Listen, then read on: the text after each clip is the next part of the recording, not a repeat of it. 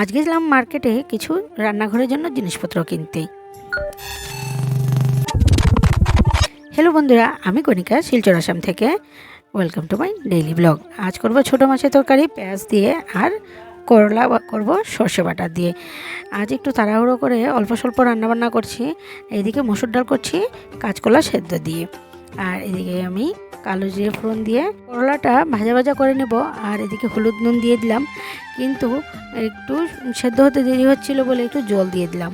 আজকালকে সবজি দেখবে একটু জল না দিলে সেদ্ধ হতে চায় না। জলটা শুকিয়ে গেছে। এবার আমি সর্ষে বাটাটা দিয়ে একটু চিনি দিয়ে আর ধনেপাতা দিয়ে আমি এবার এটাকে নামিয়ে নেব। করলা এভাবে রান্না করলে আমার খেতে খুবই ভালো লাগে। আর আমার ছোটো মেয়ে তো করলা খুবই ভালোবাসে, তোমরা জানি না ছোটোবেলা তো খাচ্ছে, বড় হলে খাবে কি না এটা জানি না।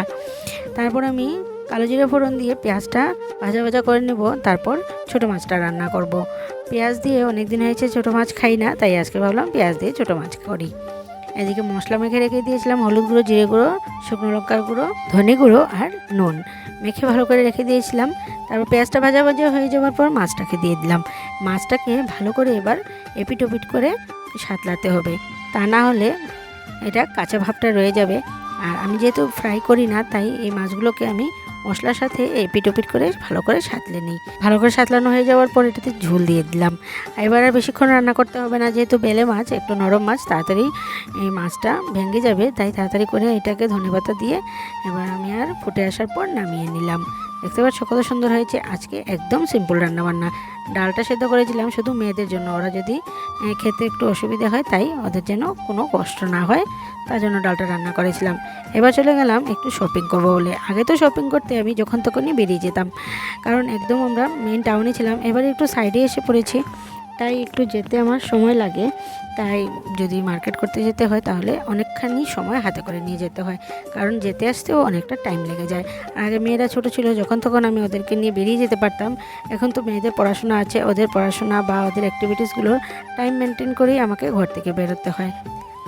আর যে রাস্তার দিকে যাচ্ছি এটা হলো আমাদের শিলচরের শ্মশান কালী মায়ের মন্দির, বা শ্মশানও বলতে পারো। এই শ্মশানের পাশ দিকে এই রাস্তা আছে, এই রাস্তা দিকেই গাড়ি এখন আসা যাওয়া করে। এই দিকেই আমি এবার যাচ্ছি। তোমরা অনেকেই আমাকে বলো যে শিলচরটা ভালো করে ঘুরে ঘুরে দেখাতে, কিন্তু এই রাস্তাটা আমি আগে কখনো দেখাইনি, তাই ভাবলাম আজ তোমাদের একটু দেখিয়ে দিই।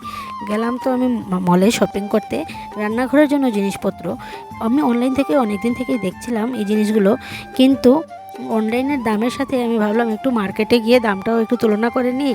আর যদি মার্কেটে ভালো লাগে জিনিসটা, মানে দাম হিসাবে ঠিকঠাক থাকে, তাহলে কিনে নেব। মলে গিয়ে দেখলাম মানে আকাশ ছোঁয়া দাম। একটা মানে অনলাইনে যে জিনিসটা মানে 65-এ পেয়ে যাচ্ছি, এখানে দেখাচ্ছে 199।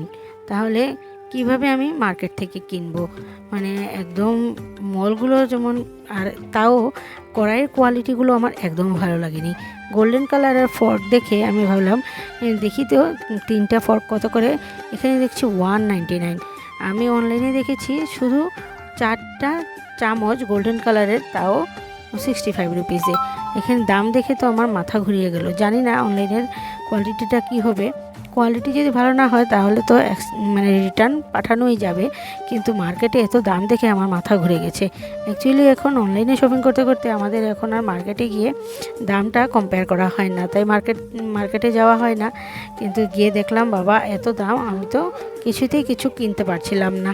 ভাবলাম যাক, যে ঘুরে গেলাম ভালো হলো, দামটা কম্পেয়ার করে নিলাম। তাহলে এবার আর আমাকে অনলাইন থেকেই আনাতে হবে। তোমাদের মধ্যে অনেকেই আমাকে বলেছে যে শপিং করার ভিডিওগুলো দেখাতে তোমাদের নাকি খুব ভালো লাগে, তাই ভাবলাম আজকে একটু শপিং ভিডিও তোমাদের দেখাই, বা মার্কেটে গেলাম, মলে গেলাম, তোমাদেরকে ভিডিও একটু দেখাই। তোমরা যারা যারা ভালোবাসো, তোমাদের কেমন লেগেছে আমাকে অবশ্যই একটা কমেন্ট করে জানিও। তাহলে আজকের মতো ভিডিওটা আমি এখানেই শেষ করছি। ফিরে আসছি আবার নতুন একটা ব্লগ নিয়ে। ততক্ষণ পর্যন্ত তোমরা সবাই সুস্থ থাকবে, ভালো থাকবে, নিজের শরীরে যত্ন করবে। Tata, bye bye.